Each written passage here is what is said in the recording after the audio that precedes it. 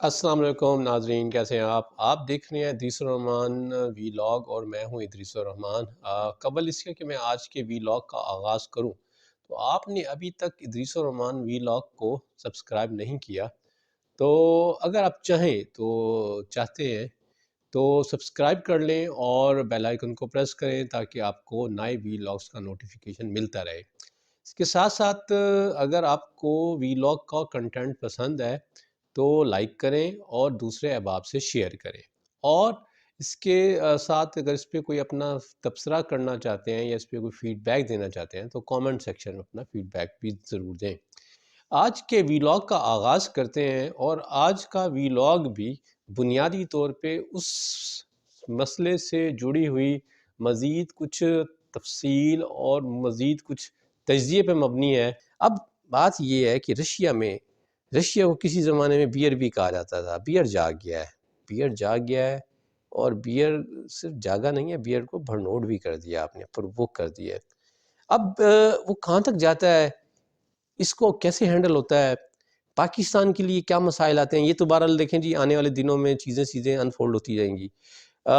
مسائل بہرحال ہیں، پیچیدگیاں ہیں، دعا کریں اللہ تعالیٰ، اور یقین مانیں سارے میں نا میرے خیال میں پاکستان کی جو سیاسی گرما گرمی تھی نا وہ بھی ڈائلیوٹ ہو گئی ہے اس منظر نامے میں۔ اگر کوئی چیز چل بھی رہی ہے تو اول تو وہ قابل ذکر نہیں رہی، اگر مجھے نہیں لگتا کہ وہ قابل ذکر رہی بھی ہو، کیونکہ سیناریو چینج ہو گیا ہے۔ اس سیناریو میں آپ کے کوئی اگر کوئی جواز ہے بھی صحیح تو تب جواز ختم ہو گیا ہے، کیونکہ آنے والے جو دن ہے وہ بڑی مشکلات کے دن ہے، اور میرا نہیں خیال کہ پولیٹیکلی کوئی اس طرح کی کوئی پارٹی یا کوئی فریق، کوئی بھی فریق ہو، میں کیا بتاؤں آپ کو یہاں کیا فریق ہے، تو جو بھی فریق ہیں تو میرا نہیں خیال ہے کہ اس ساری صورتحال میں کوئی اس طرح کی کوئی وینچر کی وہ دے۔ تو بہرحال دعا کریں جی پاکستانی جو ہمارے طالب علم ہیں، ان کے بارے میں بہرحال یوکرائن کے وزیر خارجہ سے شاہ محمود قریشی جو ہمارے وزیر خارجہ ان کی بات ہوئی، تو یوکرائن کے وزیر خارجہ نے کہا کہ جی ان کی سلامتی اس صورت میں آ سکتی ہے کہ اگر رشیا جو ہے وہ انویژن روک دے، یعنی اس کا مطلب ہے کہ ہنگری بھی یوکرائن بھی جو ہے وہ اس مسئلے کو کچھ ڈھال کے طور پہ لے رہا ہے۔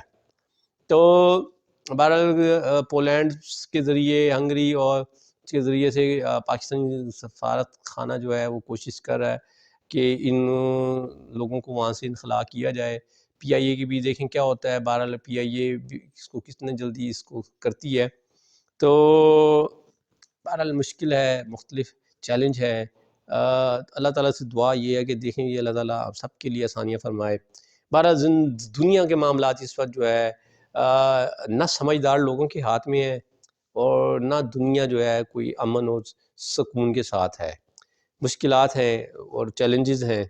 دعا کریں کہ یہ آپ کے میرے لیے مطلب اس میں مسائل جو ہیں وہ کم سے کم آئیں۔